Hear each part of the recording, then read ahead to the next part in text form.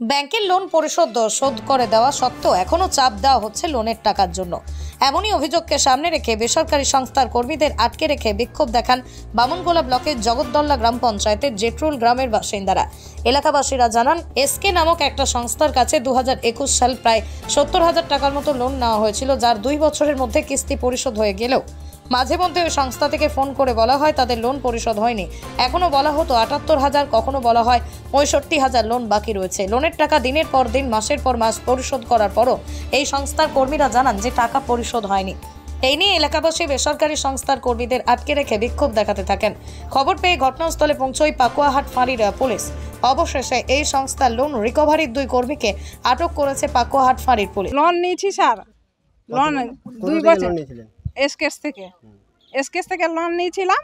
নেওয়ার পরে লোন শোধ হয়ে গেছে, আমাদের 104টা কিস্তি 2 বছরে দেওয়া হয়ে গেছে। তাও বলছি কি লোন আমাদের বলে ডিউ আছে। কে বলছে?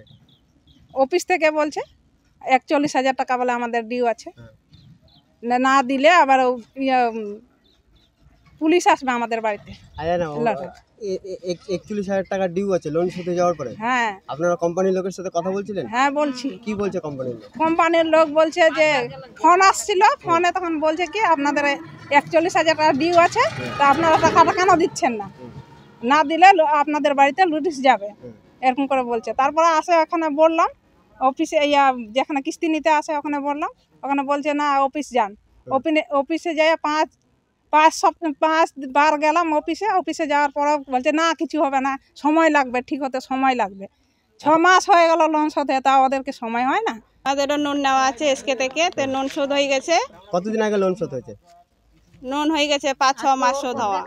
এ বলছে এখন অন্য জায়গায় নুন দেখাচ্ছি, তো লোন পাচ্ছি না। কেন লোন দিচ্ছেন অন্য জায়গায়? ওই যে ডিউ দেখাচ্ছে তার জন্য। কত টাকা ডিউ রয়েছে আপনার? আমাদের 71,000 ডিউ দেখাচ্ছে, আর 70,000 টাকা আমাদের নেওয়া ছিল। আর 2 বছর ধরে কিস্তি চালালাম।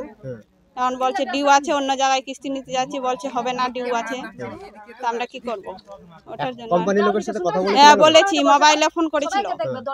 মোবাইলে ফোন করে বলছে ডিউ আছে আপনাদের, ডিউ এর জন্য পাবা না টাকা। সমস্যা তো এই যে টাকা পাচ্ছি না, ডিউ দেখাচ্ছে, এটাই সমস্যা। এখান টাকাও নুন দিচ্ছেন না, কোনো জায়গায় নুন দিচ্ছে না। আমি হলো বিগত 2 মাসও আমার হয়নি কোম্পানিতে আসা, আমাকে শুধু স্যারের সাথে সেন্টার ভিজিট করতে দিয়ে পাঠিয়েছে। এর বাইরে আমি একটা কিছু জানি না। কিন্তু আজকে তো মহিলারা আপনাদেরকে আটকে রেখেছে এখানটায়।